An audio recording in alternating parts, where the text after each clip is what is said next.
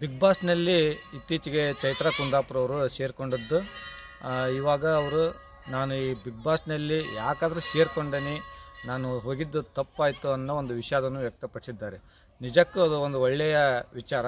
ಯಾಕಂದ್ರೆ ಚೈತ್ರಾ ಕುಂದಾಪುರ ಅವರು ಇವತ್ತು ಎಲ್ಲೇ ಯಾವುದೇ ಒಂದು ದೊಡ್ಡ ಕಾರ್ಯಕ್ರಮ, ವೇದಿಕೆ ಕಾರ್ಯಕ್ರಮ ಆಗಲಿ, ಮತ್ತೊಂದು ಧಾರ್ಮಿಕ ಕಾರ್ಯಕ್ರಮ ಆಗಲಿ, ಅಂಥ ಧಾರ್ಮಿಕ ಕಾರ್ಯಕ್ರಮದಲ್ಲಿ ಚೈತ್ರಾ ಕುಂದಾಪುರ ಅವರನ್ನು ಆಹ್ವಾನಿಸಿದರೆ ಸಾಕು, ಇಡೀ ಒಂದು ಧಾರ್ಮಿಕ ಕ್ಷೇತ್ರಕ್ಕೆ ಸಂಬಂಧಪಡ್ತಕ್ಕಂಥ ಯುವಕರಿಂದ ಹಿಡಿದು ಪ್ರತಿಯೊಂದು ವರ್ಗದವರು ಸಹ ಅವರ ಭಾಷಣವನ್ನು ಕೇಳಲು ಕಾತರಾಗಿರ್ತಿದ್ರು.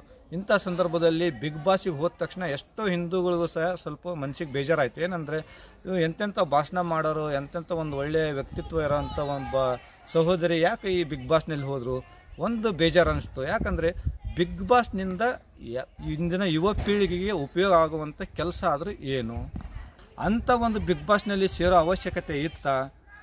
ಆದರೆ ಇವಾಗ ಹೇಳ್ತಾ ಇದ್ದಾರೆ ಚೈತ್ರಾ ಕುಂದಾಪುರ ಸಹೋದರಿಯವರು, ನಾನು ಅಲ್ಲಿ ಹೋಗಬಾರ್ದಿತ್ತು, ಶಾಲೆಗೆ ಹೋಗೋರು ಶಾಲೆಗೆ ಹೋಗಬೇಕು, ದೇವಸ್ಥಾನಕ್ಕೆ ಹೋಗೋರು ದೇವಸ್ಥಾನಕ್ಕೆ ಹೋಗ್ಬೇಕು, ಪಬ್ಬಿಗೆ ಹೋಗೋರು ಪಬ್ಗೆ ಹೋಗ್ಬೇಕು, ನಾನು ಇಲ್ಲಿ ಬಂದು ತಪ್ಪು ಮಾಡಿದೆ ಅಂತಂದು.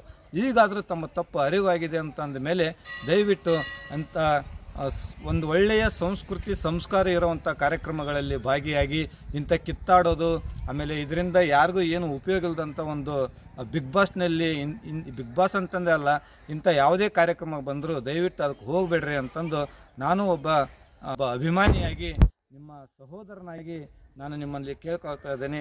ಧನ್ಯವಾದಗಳು.